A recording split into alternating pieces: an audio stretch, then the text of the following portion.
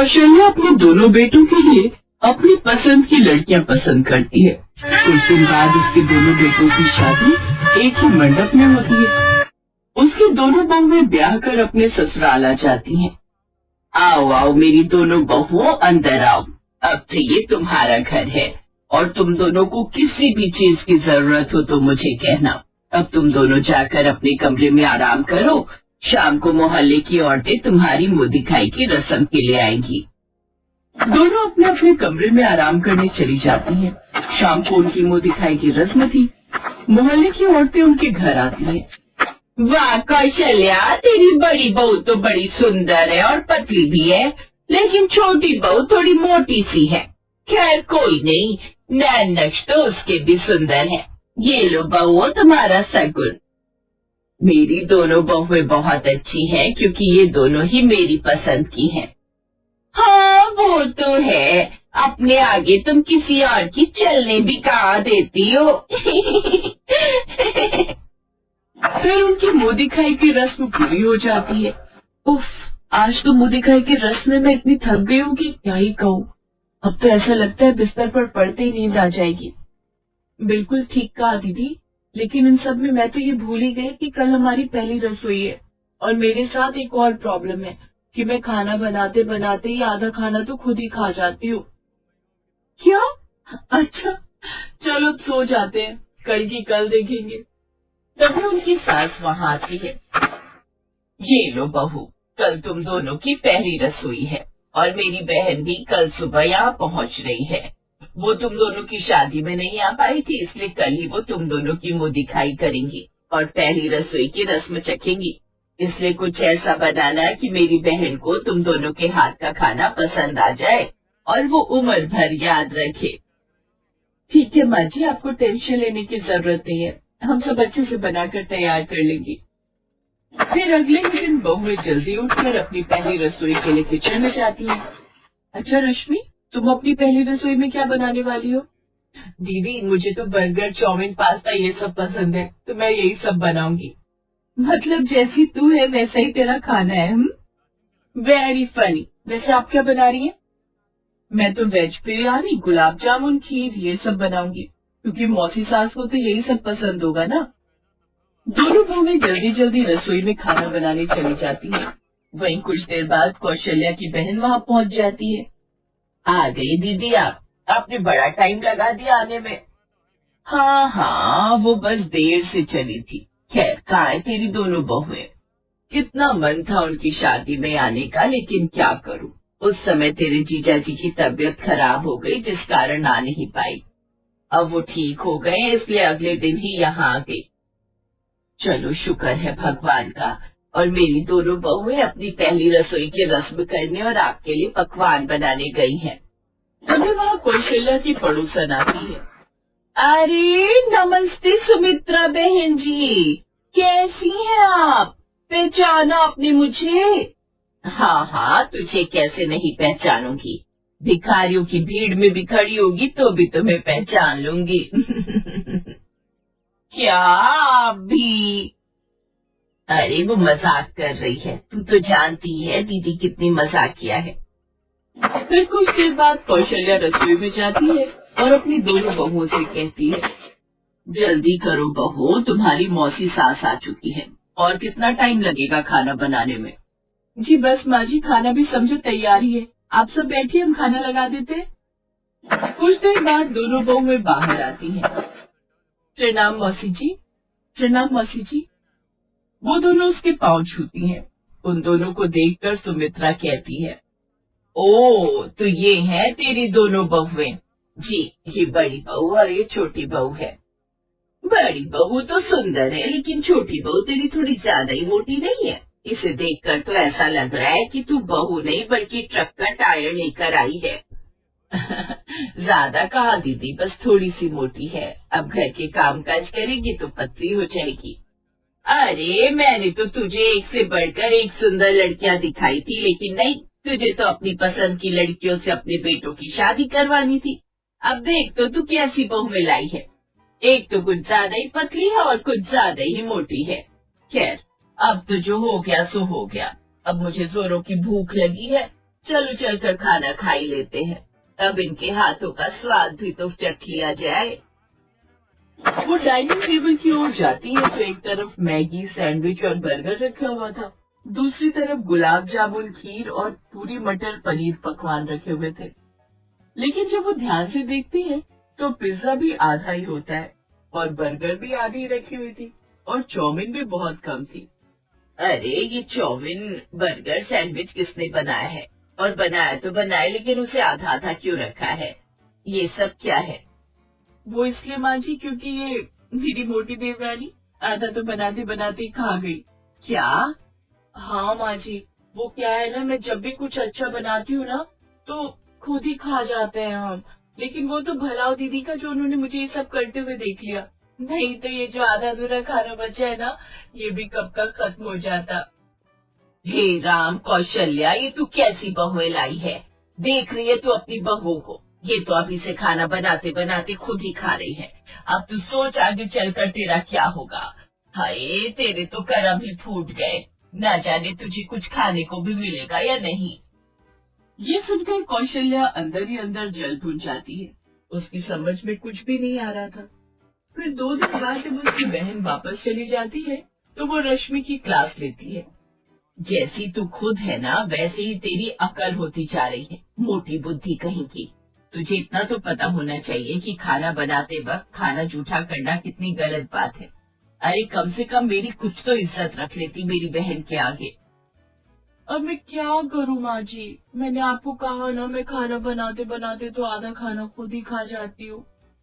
और तू बड़ी बहू, तूने गुलाब जामुन जैसा बनाया था ना, अगर वो किसी दुश्मन के सर पर मारा होता तो वो वही ढेर हो जाता। और तेरी खीर तूने खाकर देखी थी, उसमें चीनी तो थी नहीं।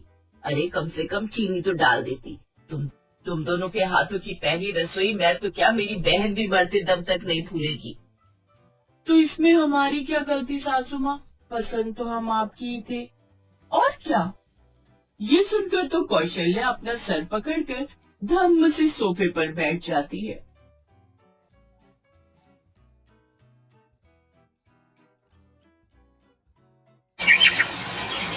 आइए आइए, मात्र 100 रुपए के बदले पेट भर के पुलाव खाइए। अनलिमिटेड पुलाव, जितना मर्जी उतना खाइए। आइए आइए। एक आदमी फुटपाथ पर पुलाव और पनीर का कॉम्बो बेच रहा था। 100 रुपए में अनलिमिटेड पुलाव बेच रहा था, लेकिन फिर भी प्रॉफिट कमा रहा था। एक इंसान कितना ही पुलाव खा सकता है? अनलिमिटेड के लालच में लोग खाने तो आ जाते हैं, लेकिन ज्यादा खा नहीं पाते। लेकिन तभी वहाँ शीतल, पूनम और पायल आई। दीदी, 100 रुपए में अनलिमिटेड पुलाव खाओगी क्या? हाँ हाँ, क्यों नहीं। ए ठेले वाले, 100 रुपए में अनलिमिटेड खाना मिलेगा ना? हाँ जी जरूर मिलेगा। अभी भी सोच लो, बाद में रोने मत बैठ जाना। अरे मैडम, आप लोग खाना शुरू तो कीजिए, 3 प्लेट लगा देता हूँ। ठेले वाले ने 3 प्लेट पुलाव पनीर का कॉम्बो लगा दिया। 1 मिनट के अंदर तीनों ने खत्म कर दिया। वाह, टेस्ट बढ़िया है, और दो। हाँ हाँ, लीजिए ना। ठेले वाले ने पुलाव पनीर दिया, तीनों ने फिर से तुरंत खत्म कर दिया। और दो। वो आदमी देता गया और ये तीनों खाती गईं। अरे यार, ये तीनों तो खा खा कर सारा खाना खत्म कर देंगी। कितनी भुक्कड़ हैं ये तीनों। और तीनों ने सच में सारा पुलाव और पनीर खत्म कर दिया। ऑफर बंद, आज से अनलिमिटेड खाना नहीं मिलेगा। ऑफर खत्म। हे भगवान, भारी नुकसान हो गया। शीतल, पूनम और पायल वहाँ से हंसते हुए चली गई और घर पहुँचकर चिल्लाते हुए बोली, माँ जी खाना लगा दीजिए, बहुत भूख लगी है। शीतल, पूनम और पायल तीनों भुक्खड़ बहुओं के नाम से पूरे इलाके में फेमस थी। ये पेट है या कुआं, खाना घुसता ही जा रहा है। पेट ही है माँ जी, हम थोड़ा ज्यादा खाते हैं बस। थोड़ा ज्यादा? इसे थोड़ा ज्यादा नहीं बोलते हैं बहू। क्या माँ जी, अभी से घबरा गई हैं क्या? खिला नहीं सकते तो हमें बहू बनाकर घर क्यों लेकर आए? हाँ हाँ, जवाब दो। सुनो जी, हमें खाना नहीं खिला सकते तो अभी बता दो, हम अपने अपने मायके चली जाती हैं। शीतल के पति रमेश ने कहा।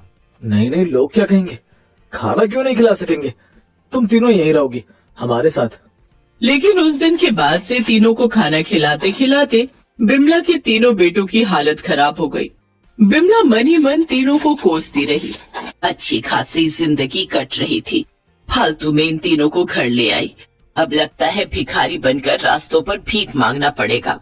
वो अपनी तीनों बहुओं से बहुत परेशान थी, लेकिन बिमला की परेशानी का कारण सिर्फ उसकी तीनों बहुएं नहीं थी। बिमला की बहन सरला पास में ही रहती थी। सरला बिमला से अमीर थी। वो हर शाम को बिमला के घर चली आती थी और कहती थी, बिमला सोच रही हूँ वो 2 बीघा जमीन खरीद ही लूं। क्या बोलती है? हाँ हाँ खरीद ले। असल में पैसा इतना हो गया है कि समझ ही नहीं आ रहा कहाँ खर्च करूं। जा बिमला मेरे लिए चाय बना कर ला।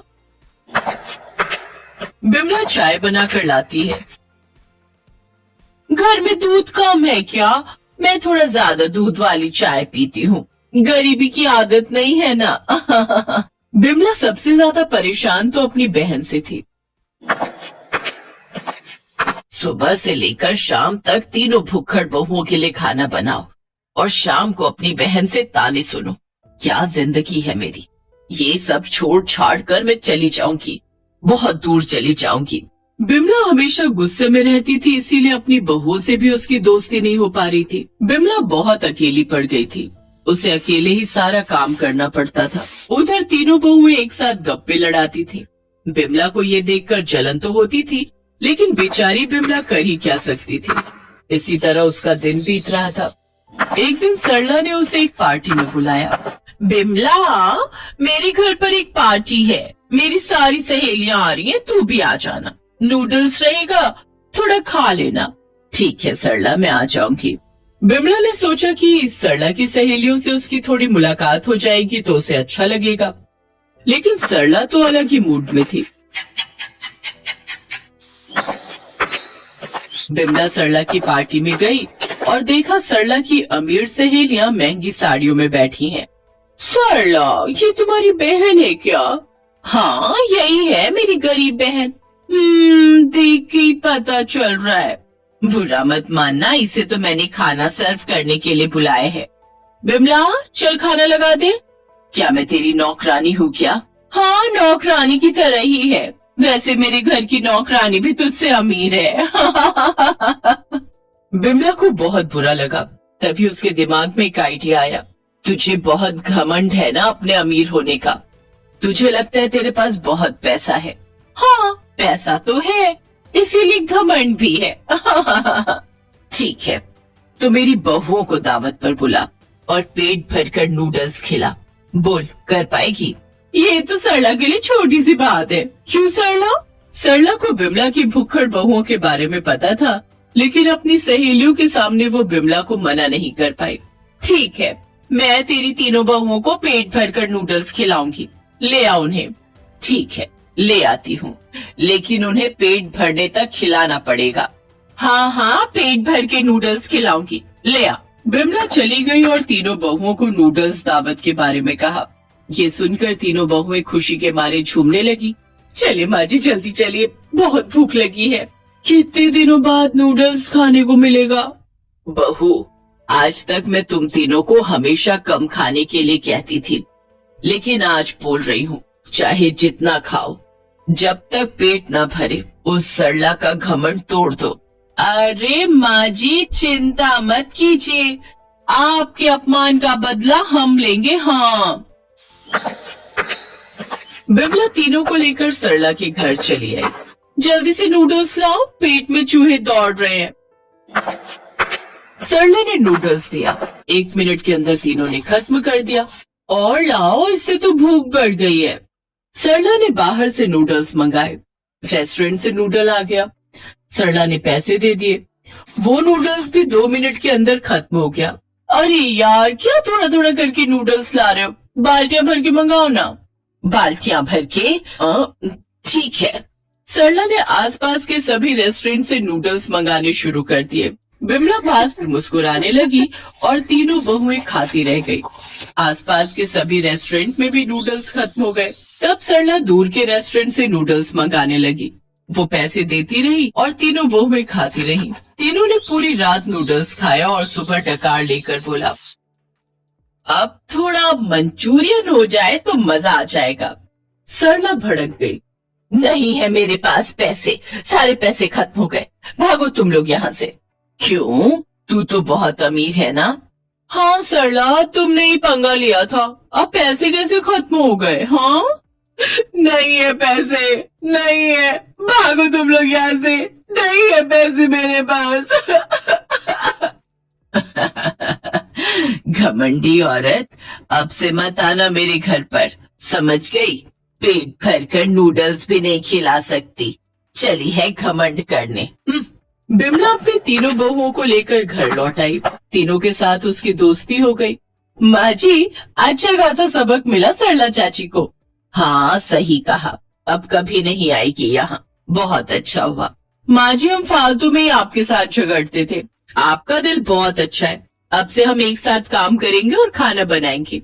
हाँ माँ जी, अभी तो घर से क्लाउड किचन भी खोल सकते हैं, हम घर से ही खाना बनाकर बेच सकते हैं।